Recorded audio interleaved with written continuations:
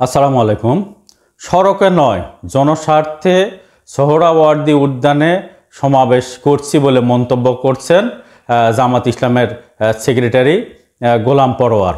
উনি বলেছেন যে দীর্ঘ 2 দশকেরও বেশি সময় পরে যে সমাবেশ হচ্ছে 19 জুলাই ঢাকার সোহরাওয়ার্দী উদ্যানে, এখানে ওনারা বলছেন যে জনগণের যেন কোনো ধরনের ভোগান্তি না হয়। তাহলে তাদের কিন্তু সমাবেশের এই যে দূরদর্শিতা, এটা কিন্তু চিন্তা করার মতো, অত্যন্ত ভালো। তারা কিন্তু জনদুর্ভোগকে এড়িয়ে একটা সমাবেশ করার চিন্তা ভাবনা করছে, এটা অত্যন্ত ভালো একটা দিক। এই যে সমাবেশ যে হচ্ছে, সমাবেশটা যাতে শান্তিপূর্ণভাবে হয়, যাতে এখানে কোনো বিশৃঙ্খলা সৃষ্টি না হয়, এই জন্য পুরা সমাবেশটাকে 8টি অনুবিভাগে বিভক্ত করা হয়েছে। এবং এই সমাবেশের মঞ্চের যে বক্তব্য, এটি 33টি বড় স্ক্রিনে দেখানো হবে। 33টি বড় স্ক্রিনে দেখানো হবে মানে কত জায়গায় তাহলে এখানে দেখা হবে। দূর থেকে মানুষেরা কিন্তু মঞ্চের বক্তব্য এবং ভিডিও দেখতে পারবে। এবং এখানে আপনার এই যে লক্ষ লক্ষ যে লোকের সমাবেশ হবে, এই সমাবেশে তারা স্বেচ্ছাসেবক নিয়োগ করছে 6,000 স্বেচ্ছাসেবক এখানে দায়িত্ব পালন করবে। এবং 20টি পয়েন্টে তারা কিন্তু দায়িত্ব পালন করবে, যাতে কোনো ধরনের বিশৃঙ্খলার সৃষ্টি না হয়। এবং এখানে আপনার দূর দূরান্তর থেকে যে লোকগুলো যাবে, তারা হঠাৎ করে অসুস্থ হতে পারে, এই জন্য এখানে তারা মেডিকেল টিমেরও ব্যবস্থা করছে।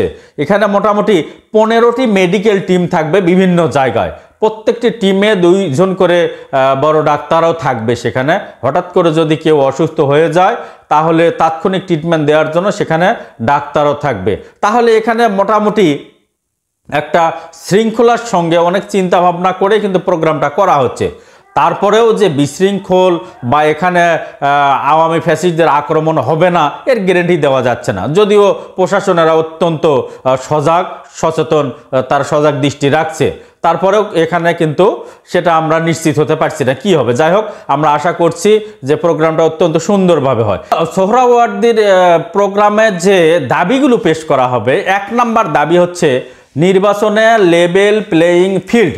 বাংলাদেশে ছোট হোক বড় হোক, যতগুলো রাজনৈতিক দল আছে, প্রত্যেকটি দল যেন নির্বাচন কমিশনের কাছ থেকে সমান সুযোগ সুবিধা পায়, অন্তর্বর্তী সরকারের কাছ থেকে যেন সমান সুযোগ সুবিধা পায়। এই দাবিটা হচ্ছে 1 নম্বর দাবি। 2 নম্বর দাবি হচ্ছে বিগত 15 বছরে ফ্যাসিস্ট হাসিনা যেসব হত্যাকাণ্ড সংঘটিত হয়েছিল ওনার আমলে, প্রত্যেকটি হত্যাকাণ্ডের সুষ্ঠু নিরপেক্ষ বিচার চায়, আন্তর্জাতিক মানের বিচার চায়। এই বিচারে কোনো ধরনের যেন পার্সিয়ালিটি এবং কোনো ইফেক্ট যেন না পড়ে বাহিরের, অর্থাৎ সত্যিকার অর্থে তদন্ত করে সঠিক দোষী ব্যক্তিদেরকে যেন শাস্তি দেওয়া হয়। এটা হচ্ছে 2 নম্বর দাবি। এরপর 3 নম্বর দাবি হচ্ছে মৌলিক সংস্কার, অর্থাৎ অন্তর্বর্তী সরকার যে সংস্কারগুলো করছে, মৌলিক যে বিষয়গুলো আছে, যেগুলো সংস্কার না করলেই নয় এবং যেগুলো সংস্কার করতেই হবে, এগুলো সংস্কার না করলে সুষ্ঠু নির্বাচন সম্ভব নয়। পরবর্তীতে কোনো সরকার যেন আর ফ্যাসিস্ট হয়ে না ওঠে, এই বিষয়ে মৌলিক সংস্কারগুলোর উপরে তারা জোর দাবি জানাবে। এটা হচ্ছে 3 নম্বর দাবি।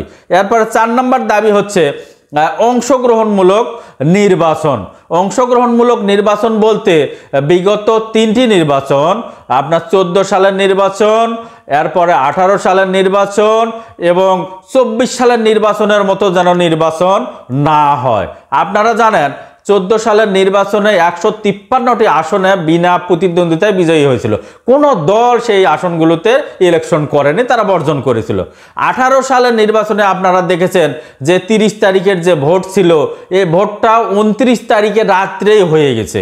এই ধরনের কোনো ধরনের যেন ঘটনা এবারে নির্বাচনে একটি কেন্দ্রেও যেন না ঘটে, এই বিষয়টা এনারা বলছেন। এরপরে আপনারা 24 সালে দেখেছেন যে আওয়ামী লীগ আওয়ামী লীগের প্রতিদ্বন্দ্বী, অর্থাৎ ডামি নির্বাচন। এই ডামি নির্বাচনের মতো যেন কোনো আসনেই যেন ডামি আপনার প্রতিদ্বন্দ্বী যেন না থাকে, অর্থাৎ এখানে প্রত্যেকটি দল যেন সুন্দরভাবে অংশগ্রহণ করার সুযোগ পায়, প্রত্যেকটি দল নির্বাচন কমিশন এবং অন্তর্বর্তী সরকারের কাছ থেকে সমান সুযোগ সুবিধা পায়, কোনো দলকে যেন এখানে আপনার হেয় প্রতিপন্ন করা না হয়, এই দাবিগুলো এখানে জানানো হবে। এই যে সোহরাওয়ার্দীর যে সমাবেশ হতে যাচ্ছে, আমি মনে করি এখানে 20 লক্ষের অধিক লোকের একটা সমাগম হবে। বিধায় এখানে জামাত যারা করে, জামাতের নেতাকর্মীদের উদ্দেশ্যে একটা কথা বলতে চাই, আপনারা তাড়াহুড়া করে যেতে গিয়ে কোথাও যেন বাস, মাইক্রো, সিএনজির যেন দুর্ঘটনা না ঘটে।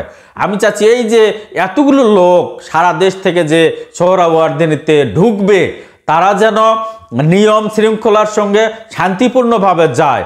কারণ হচ্ছে একটি দুর্ঘটনা ওই পরিবারের সারা জীবনের কান্না।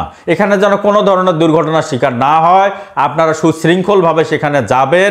এবং সেখানে সোহরাওয়ার্দীতে যখন প্রোগ্রাম হবে, আইন শৃঙ্খলা বাহিনীর প্রতি একটা বিনীত অনুরোধ করব, আপনারা সিসি ক্যামেরা সহ যত বাহিনী আছেন সজাগ দৃষ্টি রাখবেন। কারণ হচ্ছে দীর্ঘ 2 দশকের পরে জামাতের এখানে একটা প্রোগ্রাম হচ্ছে, এখানে কোনো ধরনের যেন বিরোধী পক্ষ এখানে যেন অ্যাটাক করতে না পারে, আক্রমণ করতে না পারে, এই বিষয়ে সজাগ দৃষ্টি রাখবে বলে মনে করে আমি আমার কথা শেষ করছি।